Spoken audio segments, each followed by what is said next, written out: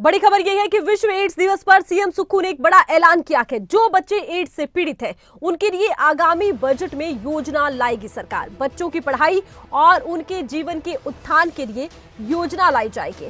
CM ने अधिकारियों को इसके लिए निर्देश दिए हैं। 18 साल पूरा करने वाले एड्स ग्रस्त बच्चों के लिए ये सुविधाएं जारी रहनी चाहिए। तो एड्स से ग्रस्त बच्चों के लिए हिमाचल सरकार योजना लेकर आएगी और इस योजना को 18 साल पूरे होने के बाद भी इन बच्चों पर लागू रखा जाएगा। इसको लेकर निर्देश दिए गए हैं। योजना तैयार होगी। बच्चों की पढ़ाई और उनके जीवन के उत्थान के लिए सरकार की तरफ से योजना लाई जाएगी। एड्स एक लाइलाज बीमारी है, लेकिन इसका मतलब ये नहीं है ये छुआछूत की बीमारी है। और इस इलाज का एक अच्छा हमारे पास तरीका है कि इससे उम्र बढ़ती है, लेकिन मुझे लगता है कि जल्दी ही इस बीमारी पर जो हमारे वैज्ञानिक है विश्व के, वो इसका इलाज ढूंढ लेंगे।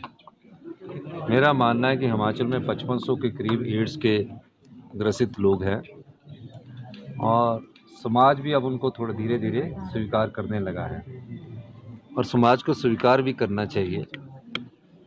कुछ बच्चे तो ऐसे हैं जिन्होंने अपना जीवन शुरू ही नहीं किया कि उन्हें बचपन से ही पैदा होते ही एड्स होगी। हमारी सरकार इस प्रकार के जो समाज के लोग हैं उनके लिए आने वाले समय में योजना लेकर आएगी, जिसकी झलक आपको बजट में दिखेगी।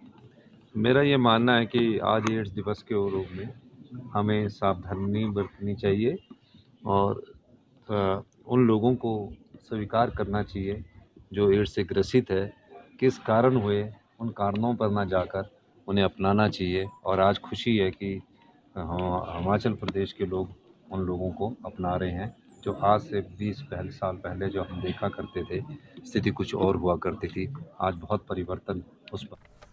और ज्यादा जानकारी के लिए शिमला ब्यूरो प्रदीप इस वक्त हमारे साथ फोन लाइन पर जुड़े हैं। प्रदीप, क्या कुछ जानकारी है? सीएम की तरफ से बड़ी घोषणा की गई है कि एक योजना राज्य सरकार एड्स से पीड़ित बच्चों के लिए लेकर आने वाली है।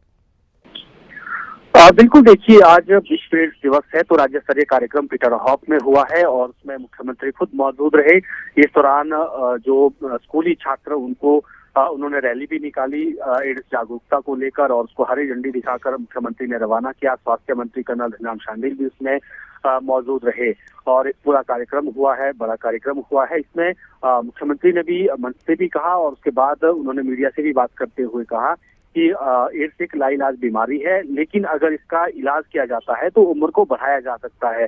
एक समय था जब इसे छुआछूत की बीमारी समझा जाता था, लेकिन अब ये चीजें नहीं है। जागरूकता आई है और लोग जो है एड्स पीड़ितों को अपनाने लगे हैं।